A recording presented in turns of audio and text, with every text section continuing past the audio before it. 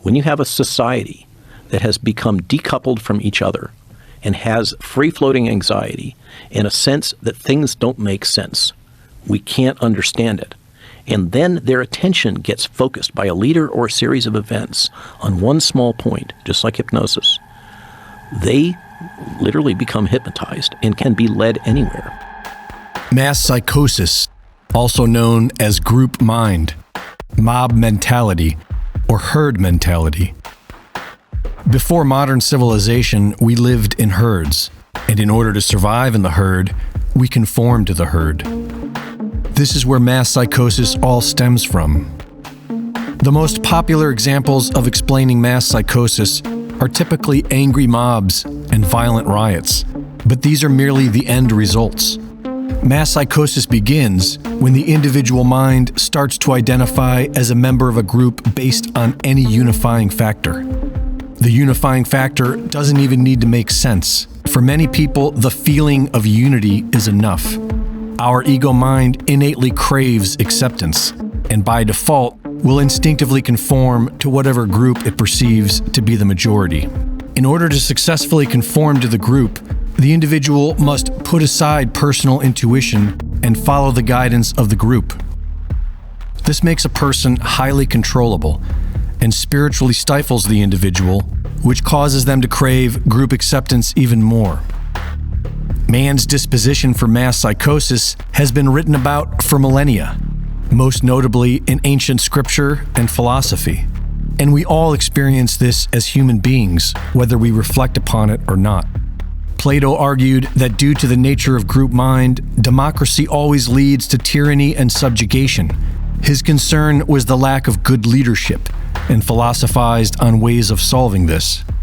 In 1895, Gustave Le Bon published The Crowd, wherein he explains the key processes for cultivating mass psychosis: anonymity, contagion, and suggestibility.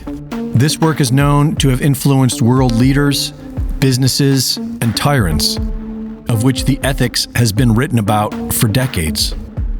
And yet, AP and Reuters outrageously claim that mass psychosis does not exist, when it is in fact the corporate media apparatus to which they belong that makes this all possible, waging psychological warfare against a group of the population who believes the media would never lie to them.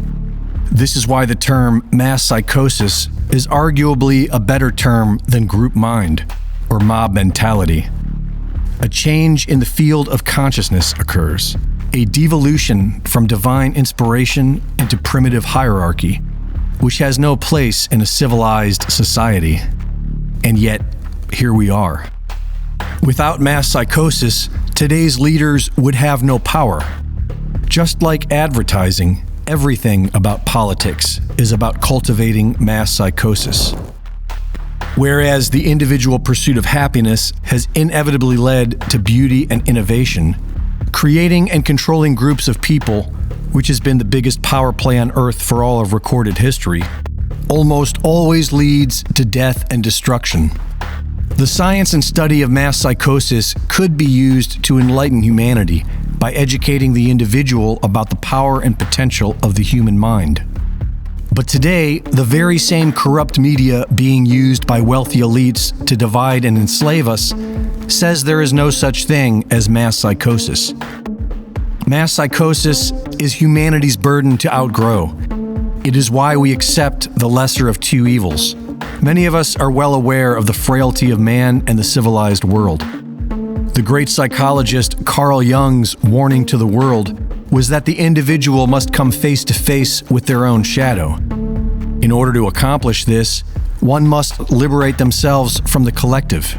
And until enough of us do, society will continue to be led by tyrants and ignorant mobs.